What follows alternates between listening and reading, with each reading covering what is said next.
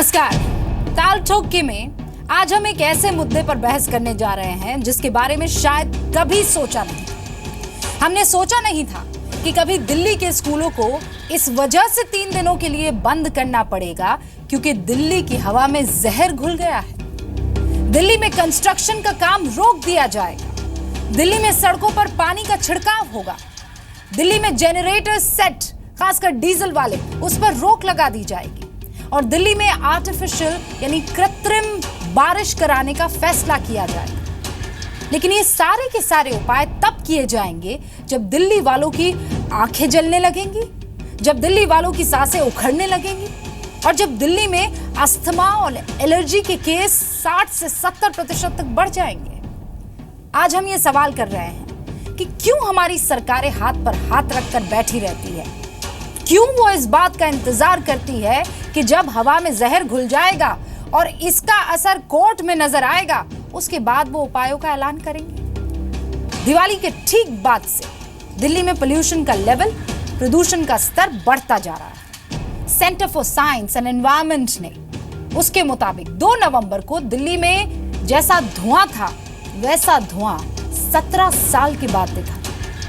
आज हालात ये है कि सड़क पर चलने के लिए दिल्ली के लोग बड़ी तादाद में मास्क खरीद रहे हैं। प्रदूषण का असर कम करने के लिए दिल्ली में एयर प्यूरिफायर की मांग बढ़ गई है।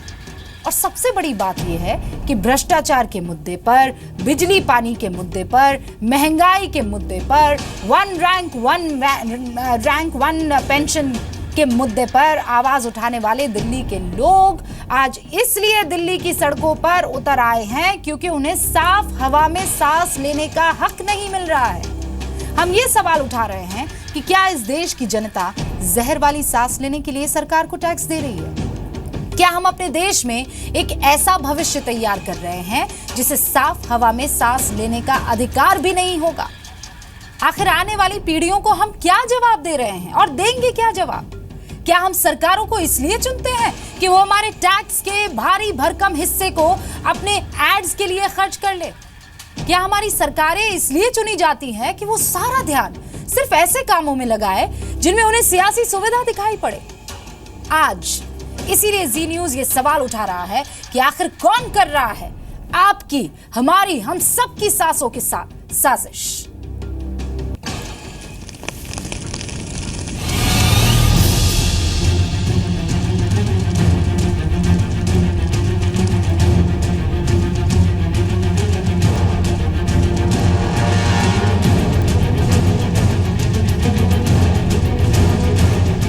सबको पता है कि जो फसलें जलाई जा रही हैं वेस्टर्न यूपी में, हरियाणा में और पंजाब में, उसकी वजह से दिल्ली में तो कारण आज से 10 दिन पहले भी वही थे। दिल्ली में तो कारण कोई बदला नहीं है। ब्लेम गेम में आने के बजाय, किसी दूसरे को किसी समस्या के लिए जवाबदार ठहराने के बजाय या समस्या में राजनीति करने के बजाय समस्या का निदान किया जाए तो ज़्यादा अच्छा है। केजरीवाल की तो आदत हो गई कि अपनी कमियों के लिए दूसरों पर ब्लेम लगाना। अगर धुआं पंजाब और हरियाणा से आ रहा होता तो हरियाणा में भी काले बादल छाए होते, तो फिर कैसे ये ब्लेम लगा सकता है हरियाणा या पंजाब के ऊपर कि पंजाब और हरियाणा से धुआं आ रहा है? अपनी दिल्ली कंट्रोल नहीं हो रही और दूसरों पर आरोप लगाते हैं। बड़ी बड़ी बातें करते हैं, बट कुछ करते नहीं है। इनको आज प्रायश्चित करनी चाहिए और कहना चाहिए खुलेआम कि मैं विफल हो गया हूँ, तो मुझे कृपया केंद्र सरकार जो मदद कर सकती है करे। सरकार और केंद्र सरकार मिलके उसके लिए कुछ कार्य प्रणाली का बनाना चाहिए। स्थिति ज्यादा दिन ऐसे रहना अच्छा नहीं है और एक अच्छा सिग्नल भी नहीं जा रहे बाहर, बिकॉज दिल्ली देश का राजधानी है। अगले 5 दिन के अंदर दिल्ली में हर किस्म की कंस्ट्रक्शन और डिमोलिशन बंद की जा रही है। 10 दिन के लिए डीजी सेट्स बंद किए जा रहे हैं। बदरपुर प्लांट अगले 10 दिन के लिए बंद किया जा रहा है। 3 दिन के लिए दिल्ली के सारे स्कूल बंद किए जा रहे हैं। ताल ठोक के आज का पहला सवाल, आखिर कौन कर रहा है आपकी सांसों के साथ साजिश? दूसरा सवाल, दिल्ली में इस प्रदूषण के लिए कौन जिम्मेदार है? तीसरा सवाल, क्या जहर वाली सांस के लिए टैक्स दे रही है जनता? चौथा सवाल, दिल्ली से किसने छीना साफ सांस लेने का हक? और ताल ठोक के आज का 5वां सवाल, आखिर क्यों हवा में जहर घुलने का इंतजार करती है सरकार।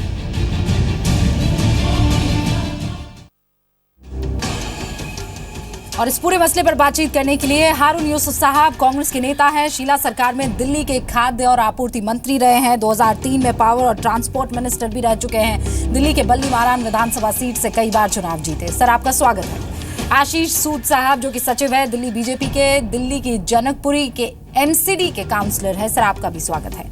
कमल मित्र चिनॉय यहाँ हमारे साथ स्टूडियो में मौजूद है, राजनीतिक विश्लेषक के तौर पर दिल्ली के जवाहरलाल नेहरू यूनिवर्सिटी में प्रोफेसर भी हैं, सर आपका भी स्वागत। विमलेंदु झा साहब पर्यावरणविद है, एनवायरमेंटलिस्ट है, आपका स्वागत सर। डॉक्टर नितिन वर्मा प्रदूषण के खिलाफ वो प्रदर्शनकारी है जो आज अपनी सांस अपनी जान जोखिम में डालकर पहुंचे ये प्रदर्शन करने के लिए कि साहब जीना तो मेरा हक है, सही साफ सुथरी सांस हमें लौटा दीजिए। ये हमारे साथ जुड़ गए हैं, सर आपका भी बहुत बहुत स्वागत है। सबसे पहले कमल मित्र चिनॉय, क्योंकि आप अक्सर पक्ष रखते हैं, सीएम अरविंद केजरीवाल को आज चिंता करने की सूझी सर, कैबिनेट की बैठक बुला दी, इतने दिनों से खबरों में है, अखबारों में है, सर आपके एनवायरमेंट मिनिस्टर जो हैं वो भी आपको ये ज्ञान दे रहे होंगे कि आसपास ऐसे ये फसलों के बाद जो कुछ बच जाता है, ठूठी जिसे कहते हैं, वो जलाई जा रही है, दिल्ली में गड़बड़ी हो सकती है। अब जब पानी सर के ऊपर से निकल गया, आप मीटिंग कर रहे हैं। देखिए, ये मीटिंग कुछ साल पहले होनी चाहिए थी, क्योंकि पहले भी ये प्रदूषण आया है, पहले भी हमें पता है कि जो सूखे जड़ हैं उनको जलाया जाता है। यदि ट्रैक्टर का इस्तेमाल किया जाए तो वो 5 एकड़ ज़मीन पे करना चाहते हैं, वो किसान के लिए महंगा पड़ता है। दूसरी बात ये है कि प्रदूषण भी पूरी तरह से नहीं रुकी है गाड़ियों में, इसलिए क्योंकि जैसे गोपाल सुब्रमण्यम ने सर्वोच्च न्यायालय में कहा, जो हमारी डीजल है वो इतनी साफ नहीं है जो विदेश की है, तो प्रदूषण वहाँ से भी है। ये प्रदूषण इस बार ज़्यादा बढ़ गई क्योंकि ये फसल को ज़्यादा जलाए गए, और जैसे आपके चैनल ने कहा, ताजमहल भी लोगों को नहीं दिख रही है, ढक गई है प्रदूषण में। तो ये बात सही है कि इस पे पहले एक लगातार कार्रवाई करनी चाहिए थी। ये नहीं कि प्रदूषण खराब है उसके खिलाफ कदम उठाएं, फिर प्रदूषण कम हो जाए, फिर चुप हो जाए, फिर आगे आए। इसका एक 5 साल का प्लान बनाना होगा कि इसको कैसे ख़त्म किया जाए, और जो आसपास में राज्य हैं उनसे बात करके, उनसे सलाह करके एक प्रोग्राम बना लें। नहीं, लेकिन सर हम जिस दौर में जी रहे हैं ये वो टाइम आ गया है जब आपको स्कूल इसलिए बंद करने पड़ेंगे क्योंकि पोल्यूशन है, क्योंकि हवा जहरीली है, और ये तो वो आदमी है जिसको लोगों ने इसलिए चुना था क्योंकि ये हम में से एक था। हमें लगा था he is going to change everything, तस्वीर बदलने के नाम पर इन्होंने वोट मांगे थे, और अब हालात ये हैं कि ये सिर्फ पॉलिटिक्स करते नजर आते हैं। भाई पॉलिटिशियंस तो पॉलिटिक्स करेंगे, और ये एक सरकार की बस की नहीं है।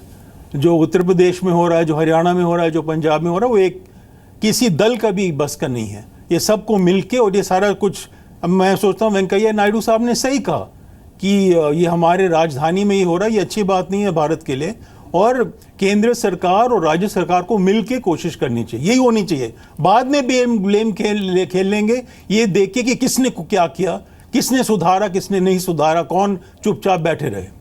लेकिन आपको नहीं लगता अब तो चिड़िया जो है वो खेत चुग कर चली गई है? हारून यूसुफ साहब, अभी ये ट्वीट आया है राहुल गांधी का, blaming Punjab Haryana farmers won't solve any problem, pollution problem ऐसे नहीं सुलझने वाली है दिल्ली की। शीला जी से सीखिए, rise about blame game, mister Kejriwal and mister Modi act now. Sir आप भी तो ब्लेम गेम ही कर रहे हैं, आप क्या कर रहे हैं सर? 2003 में आप तो मिनिस्टर रहे हैं, आपको तो पता होगा वो 7 शहर जिनको बकायदा सुप्रीम कोर्ट ने धमकाया था और ये कहा था कि जल्दी से जल्दी एक एक्शन प्लान जो है सामने रख दो, हालात खराब है वरना हमें ऑर्डर देने पड़ेंगे सख्त से सख्त, फिर भी वही ढाक के 3 पात। रुबिका जी, अभी मैंने बोलना ही शुरू नहीं किया है। मैं आपको पीछे ले जाऊं 98 में, जब दिल्ली में कांग्रेस की सरकार बनी 98 में, दिल्ली की हालत ये थी कि किसी भी चौराहे से जब आप गुजरते थे तो चेहरे पे अगर रुमाल से साफ करें तो ग्रीस निकला करती थी, सांस लेने में दिक्कत होती थी, आंखें जलती थी। उस 15 वर्षों के अंदर दिल्ली में पर्यावरण पे सबसे ज़्यादा जोर कांग्रेस की सरकार ने इसलिए दिया कि दिल्ली देश की राजधानी है। दिल्ली के अंदर तमाम जो बसेस थी वो सीएनजी पे की गई, कमर्शियल व्हीकल, ट्रांसपोर्ट व्हीकल्स सारे के सारे सीएनजी पे किए गए। उसके अलावा दिल्ली में 126 फ्लाईओवर बनाए गए, अंडरपास बनाए गए ताकि पोल्यूशन कम हो। और जब दिवाली आती थी तो एक रेगुलर कैंपेन जो है शीला जी और पूरी सरकार स्कूलों में जाके लोगों से बात करते थे और नो क्रैकर के लिए उनको खाली इश्तिहार देने से नहीं होता था ये। लेकिन आज जिस तरीके से दिल्ली के लोग तराई कर रहे हैं, आज 17 साल के बाद ये हालत आ गई है कि घर से बाहर नहीं निकल सकते आप। आज मुझे आप एक बात बताएं, केजरीवाल जी ने अब एक फरमान और आदेश दोनों जारी कर दिए कि बदरपुर प्लांट बंद कर दिया जाएगा। अरे बदरपुर प्लांट तो बंद है, काफ़ी उसके जो वो हैं बहुत कम बिजली वहाँ से आती है बदरपुर प्लांट से। स्कूल बंद कर दिए गए। मुझे ये बताया जाए, जब ऑड-इवन के ऊपर वाहवाही लूट रहे थे और कह रहे थे कि पूरी दुनिया हमको तारीफ कर रही है, उस समय जो है ये कहा गया था कि हम जो है वैक्यूम क्लीनिंग कराएंगे, मैकेनिकल क्लीनिंग कराएंगे। वो 1 अप्रैल को होनी थी, वो अप्रैल फूल हो गया। आज हम नवंबर में आ गए, मुझे पता नहीं कितनी मशीनें खरीदी गई। अब वो कहते हैं कि टेंडर नहीं निकालने दे रहे। मैं आपसे पूछना चाहता हूँ, इस दिल्ली का हल जब तक पब्लिक ट्रांसपोर्ट सिस्टम को स्ट्रेंथन नहीं किया जाएगा। आपने ओला की गाड़ियां दिल्ली के हर कोने में ऐसा तो हारून साहब, ये जो आप बता रहे हैं 1998 से लेकर 2014 में कहते हो आपने सारी चीजें ठीक कर दी। हारून साहब एक सेकंड, हाँ, आपने कहा कि 1998 से लेकर 2014 तक चीजें एकदम दुरुस्त और बढ़िया चल रही थी। 2014 से लेकर 16 में सर हालत इतनी खराब हो गई कि ये PM 2.5 जो 60 होना चाहिए वो 800 पार कर गया। आप कह रहे हैं ये सब कुछ 2 साल में हो गया।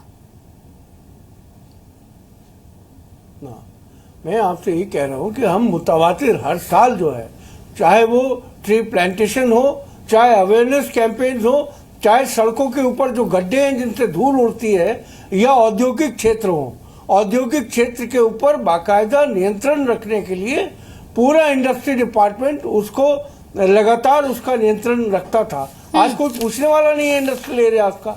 आज दिल्ली की सड़कों में जो गड्ढे हैं उससे जितनी धूल मट्टी आ रही है, और मैंने मनीष सिसोदिया जी का बयान सुना, उन्होंने कहा दिल्ली में हम छिड़काव करवा देंगे। 1460 किलोमीटर सड़कें हैं दिल्ली की, जब आप गड्ढे नहीं भरवा सकते तो 1460 किलोमीटर सड़क सफाई और छिड़काव करना, मैं समझता हूँ लेकिन हारून साहब ये एक दिन का या 2 साल का काम तो है नहीं, पिछला बहुत अरसा आप लोगों ने निकाला। मैं वही तो बता रही हूँ कि पूछ रही हूँ कि क्या प्लान रहा है सर। वो प्लान इतना सॉलिड क्यों नहीं था कि अब तक चला आ रहा है। अब मैं आपके पास आऊं उससे पहले, क्योंकि आप ये सारी बातें बता रहे हैं, तो विमलेंदु झा साहब के पास जाना जरूरी है। सर वो एनवायरमेंटलिस्ट है, वो भी बहुत गौर से स्टडी कर रहे होंगे आपके सारे प्लान्स को, वो जरा बताएंगे। विमलेंदु जी, आपने हारून साहब को बहुत बहुत क्लोजली सुना होगा, बहुत ध्यान से सुना होगा। ये जो बातें कह रहे हैं, क्या ये पर्याप्त था एक सरकार होने के नाते या सरकार चलाने के नाते देश की राजधानी को एकदम खूबसूरत आबो हवा देने के लिए? बिल्कुल नहीं, क्योंकि हम अगर देखें तो पिछले 10 साल, 20 साल, 30 साल या फिर इंडिपेंडेंट इंडिया में पब्लिक इकोलॉजी, पब्लिक हेल्थ के ऊपर कभी भी कवायद नहीं हुई है। कभी भी ये इनके कॉन्शियसनेस में, पॉलिटिकल विल में कभी नहीं रहा है कि हम पर्यावरण के ऊपर कुछ काम करें। आज जो हमारा नतीजा है, अगर हम एयर क्वालिटी इंडेक्स कह रहे हैं कि 999 पार कर चुका है बहुत सारे इलाकों में, और हमारी हवा सबसे प्रदूषित और दिल्ली सबसे प्रदूषित शहर बन गया है, तो ऐसा नहीं कि वो 1 साल में या 2 साल में और किसी एक सरकार के कारण हुआ है। सभी सरकारों ने मिलकर काम किया है इस स्थिति को यहां तक लाने में, या फिर मिलकर काम नहीं किया है कि ताकि ऐसी स्थिति बन जाए। अगर हम पिछले 10 दिनों की स्थिति को देखें, जो भयावह स्थिति दिल्ली की बनी हुई है, एक पब्लिक इमरजेंसी की सिचुएशन बनी है, केंद्र सरकार और राज्य सरकार दोनों नहीं पता किस तरह से इसको इमरजेंसी भी बुला रहे थे और साथ ही साथ मीटिंग्स की तारीख भी टाल रहे थे। तो एक लैक ऑफ पॉलिटिकल विल, मैं कहूंगा कि लोगों की जिंदगी के साथ राजनीति खिलवाड़ जो है हो रहा है। आज के डेट में, आज जानिए, आज 6 नवंबर को फाइनली जो है कुछ अनाउंसमेंट्स हुए हैं। मैं ये नहीं कहता कि ये सारे अनाउंसमेंट्स से सारा प्रदूषण दूर हो जाएगा। पिछले 5 दिनों से यही हो रहा है कि राज्य सरकार केंद्र सरकार का नाम ले रही है, केंद्र सरकार राज्य सरकार का नाम ले रही है, और इस बीच में सारी की सारी जनता जो है वो दिल्ली के अस्पतालों के इमरजेंसी वार्ड में अपने आप को भर्ती कर रहे हैं।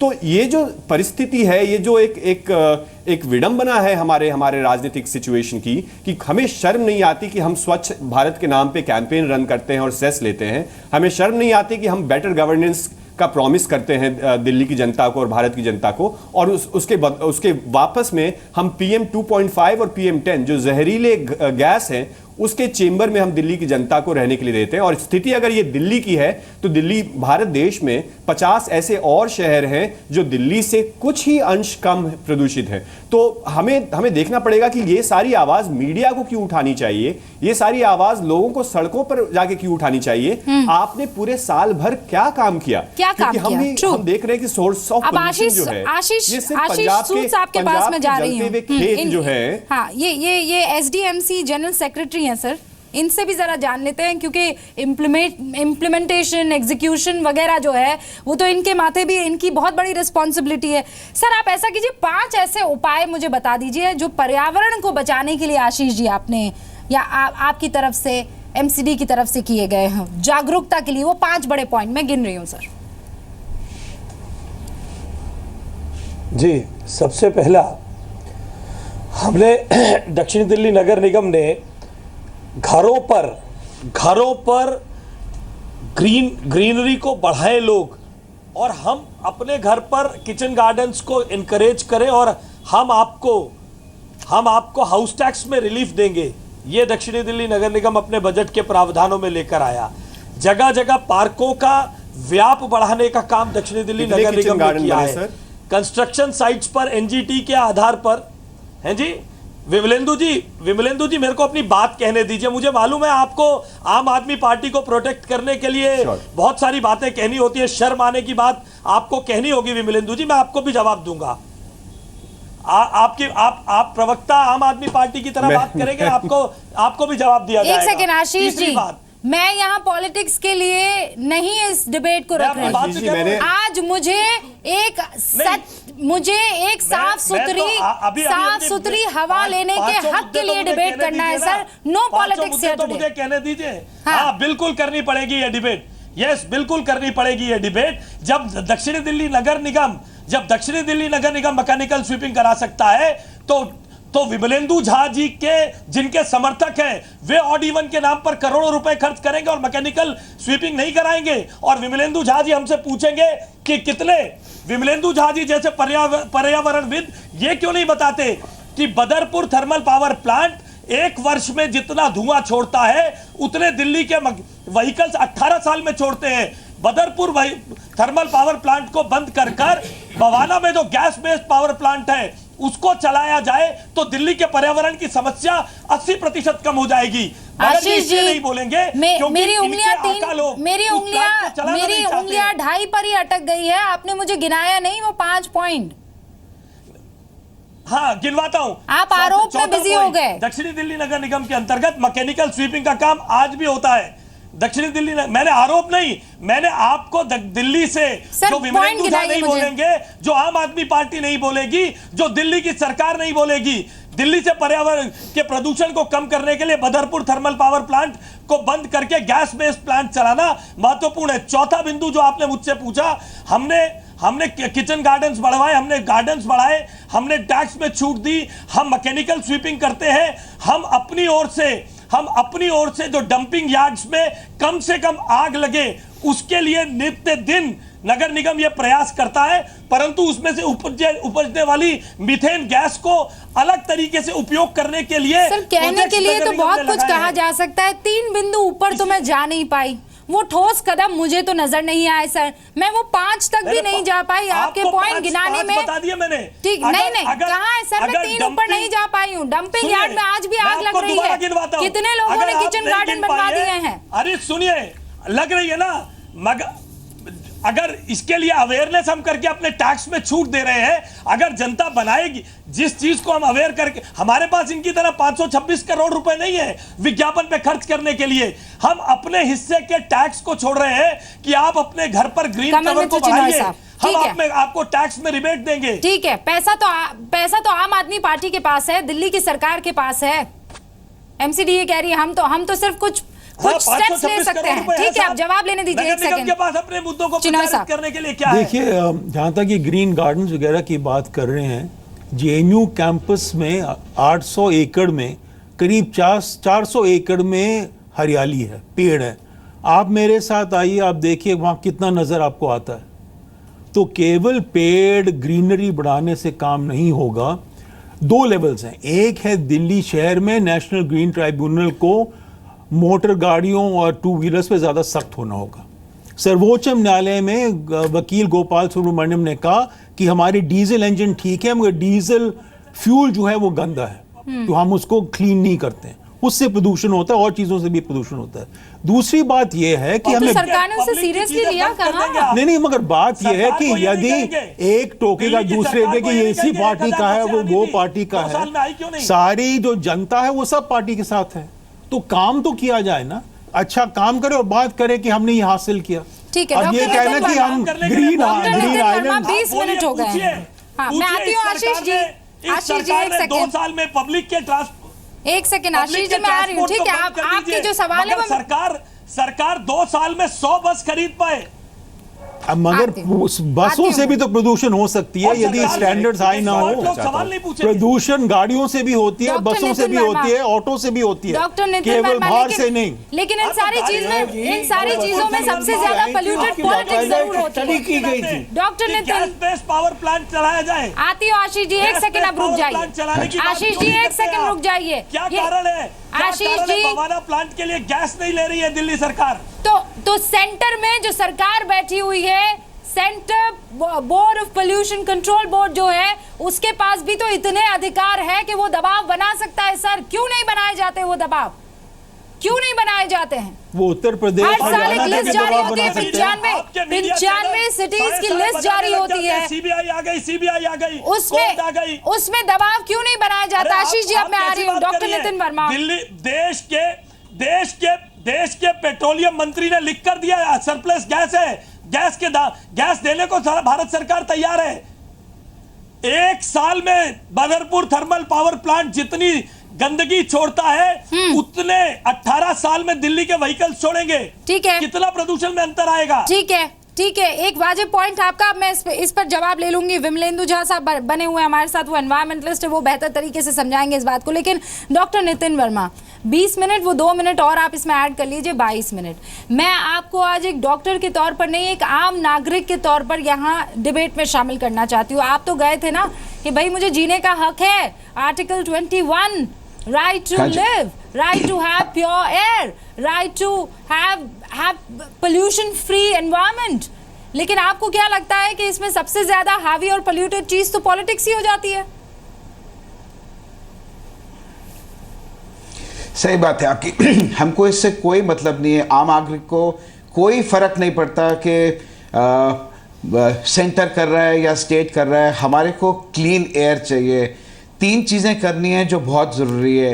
एक, शॉर्ट टर्म प्लान बनाना है जिससे कि जो क्वालिटी ऑफ एयर जो हम ब्रीथ कर रहे हैं, जो हमारे बच्चे ब्रीथ कर रहे हैं, एयर क्वालिटी इंडेक्स देखिए आप कहाँ पहुँच गया है, वो इमीडिएटली इम्प्रूव करे। और एक लॉन्ग टर्म प्लान बनाना है। ये नहीं कि आपने इम्प्रूव कर दिया और 3 महीने बाद या हर साल सेम चीज़ बार बार होती है।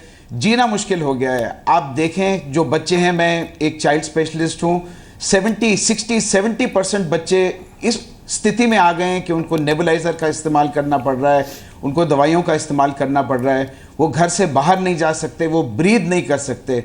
हमको इससे कोई मतलब नहीं है।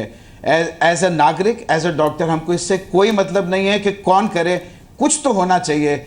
हम फोर्स हुए हैं आज स्ट्रीट पे आके प्रोटेस्ट करने के लिए। क्यों आज ये सिचुएशन आ गई है कि मीडिया इसको हाईलाइट कर रहा है? आप लोग इसलिए हाईलाइट कर रहे हैं कि एयर की क्वालिटी इतनी पुअर हो गई है कि सांस लेना मुश्किल हो गया है। हर एक के बस के अंदर नहीं है कि वो एयर प्योरीफायर अपने घर के अंदर लगाए। हर एक के बस के अंदर ये नहीं है कि वो एक मास्क खरीदे जिससे वो ले सके। तो क्या मेजर्स लिए जा रहे हैं जिससे कि हमारी एयर क्वालिटी एक बहुत इंपॉर्टेंट बात आपने यहाँ पर डाल दी है। हमें इससे मतलब नहीं है कि सेंटर करे, हमें इससे मतलब नहीं है कि स्टेट गवर्नमेंट करे, लेकिन मतलब इससे है कि हमें साफ सुथरी हवा मिल जाए, सांस लेने के लिए हम जीना चाहते हैं।